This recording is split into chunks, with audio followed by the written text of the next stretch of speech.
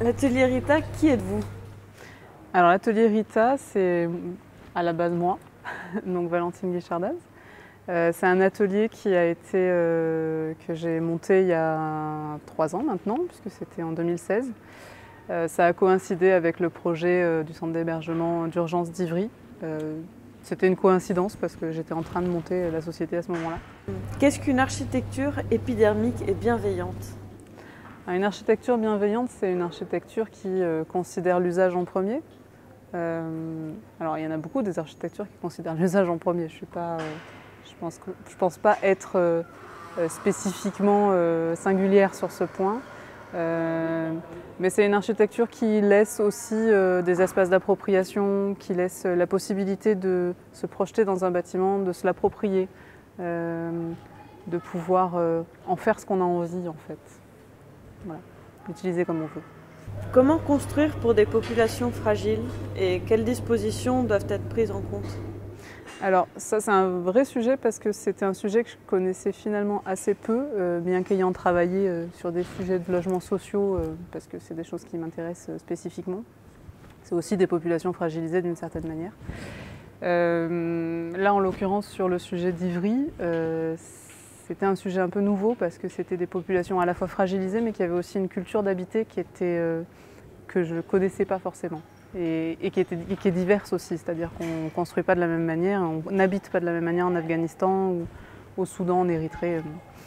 Et le fait de ne rien savoir de cette culture d'habiter-là,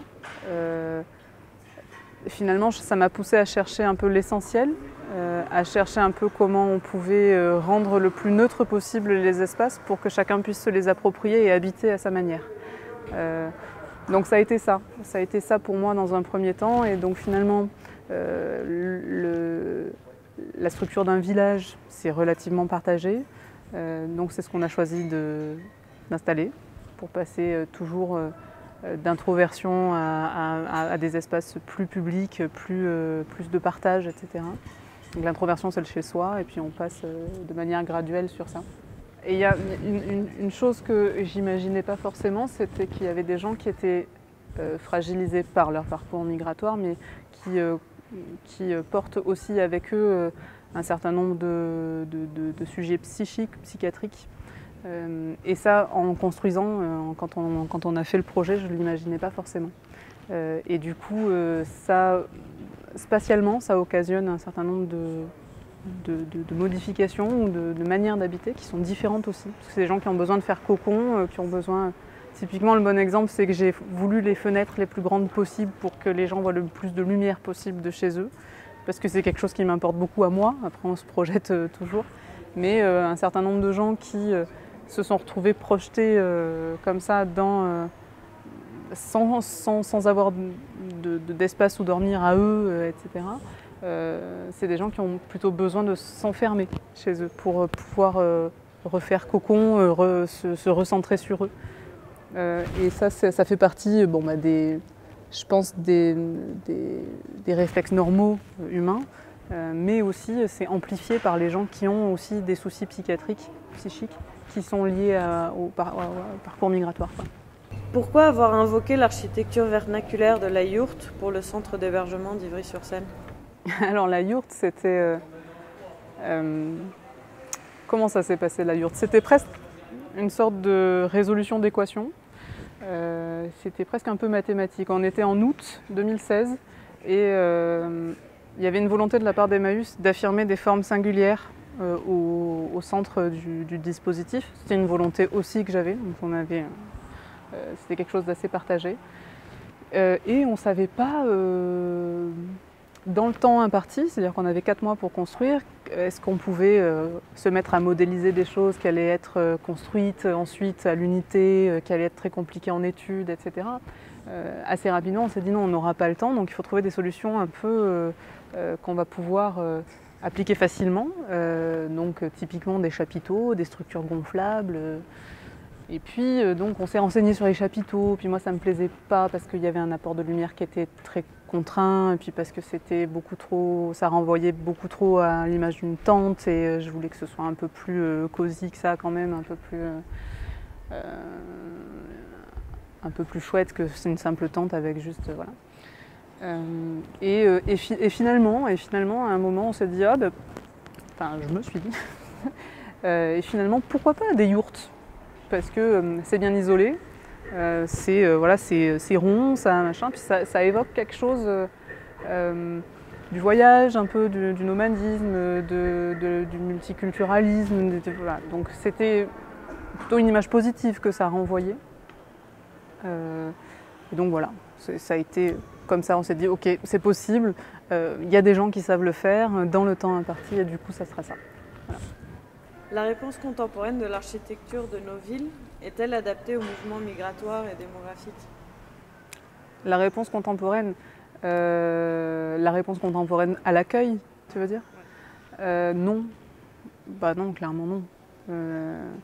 En fait, le fait même que le centre d'hébergement d'urgence d'Ivry existe, c'est une sorte d'anomalie, en définitive. Parce que si on pensait l'accueil en amont, si on donnait les moyens pour pouvoir construire des logements, parce qu'il faut habiter, pas juste héberger. Ces gens-là, ils ont besoin d'un logement comme tout le monde, ils ont besoin d'habiter comme tout le monde.